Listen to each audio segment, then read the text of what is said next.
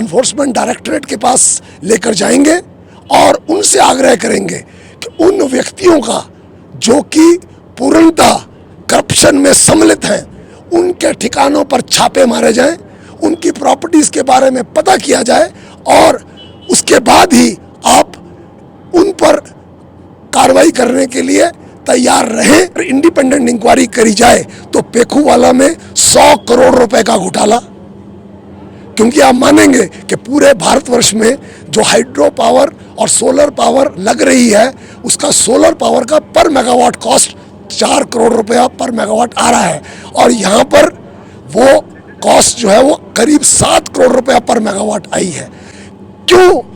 पेखूवाला से 4 रुपये 90 पैसे पे पावर लेने के लिए बिजली बोर्ड को बाध्य किया गया? आपको लगता है एंटी करप्शन डे मनाकर विमल नेगी को श्रद्धांजलि भी मिलेगी और न्याय भी मिलेगा? हम आज का जो दिन है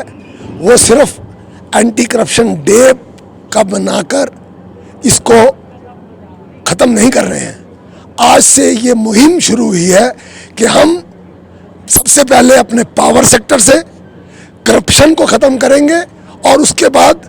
हिमाचल प्रदेश से इसको बाहर करने की कोशिश करेंगे। और इस मुहिम के लिए हमारा पहला टेस्टिमनी सरकार की तरफ ऐसा होगा कि अगर वो समयबद्ध रूप में उन कल्प्रिट्स को जो कि हमारे विमल नेगी को अबेटमेंट टू सुसाइड के लिए मजबूर कर रहे हैं, उनको 311 में बर्खास्त किया जाए, उनके अगेंस्ट क्रिमिनल प्रोसीडिंग्स चलाई जाएं और उन पर न्यायोचित जो भी और सजा जो सरकार उनको दे सकती है वो करके दिखाए। अगर वो इसमें अक्षम होती है, नहीं कर पाती, तो हम all India power engineer platform से ऑलरेडी ये सुनिश्चित कर चुके हैं कि हम इस मुहिम को पहले एनफोर्समेंट डायरेक्टरेट के पास लेकर जाएंगे और उनसे आग्रह करेंगे कि उन व्यक्तियों का जो कि पूर्णतः करप्शन में सम्मिलित हैं, उनके ठिकानों पर छापे मारे जाएं, उनकी प्रॉपर्टीज के बारे में पता किया जाए और उसके बाद ही आप उन पर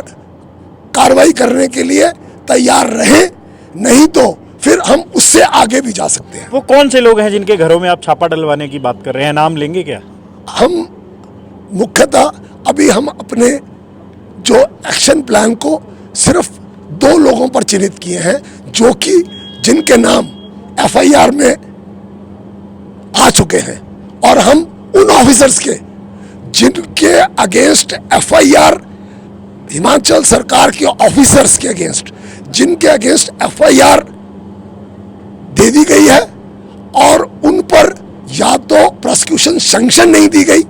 या वो मामले कोर्ट में लंबित हैं, क्योंकि हमें ऐसा भी ज्ञात हुआ है कि कुछ ऑफिसर्स ने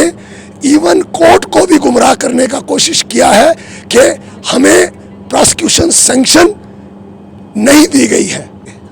तथ्य क्या है इसके आपके पास? आप सरकार को भी गुमराह करने की बात कर रहे हैं, तो क्या माना जाए सरकार गुमराह हो रही है? और अगर सरकार गुमराह हो रही है तो इस पूरे मामले में क्या आप सरकार पर भी सवाल उठा रहे हैं, मिली भगत है? मैं सरकार पर सवाल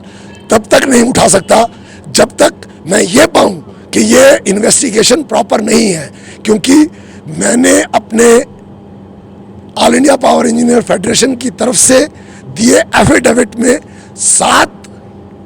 पॉइंट पेखूवाला की तरफ और 8 पॉइंट शॉन्गटॉम करचम की तरफ इंगित किए हैं। उनकी अगर इंडिपेंडेंट इंक्वायरी करी जाए तो पेखूवाला में 100 करोड़ रुपए का घोटाला, क्योंकि आप मानेंगे कि पूरे भारतवर्ष में जो हाइड्रो पावर और सोलर पावर लग रही है, उसका सोलर पावर का पर मेगावाट कॉस्ट 4 करोड़ रुपया पर मेगावाट आ रहा है और यहाँ पर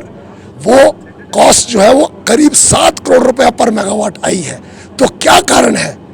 कि जबकि ऊना पंजाब से लगता हुआ है और पंजाब से हमें 2 रुपये 53 पैसे पे सोलर पावर मिलने की बात थी, SAVL से 2 रुपये 90 पैसे पे मिलने की बात थी, क्यों पेखूवाला से 4 रुपये 90 पैसे पे पावर लेने के लिए बिजली बोर्ड को बाध्य किया गया?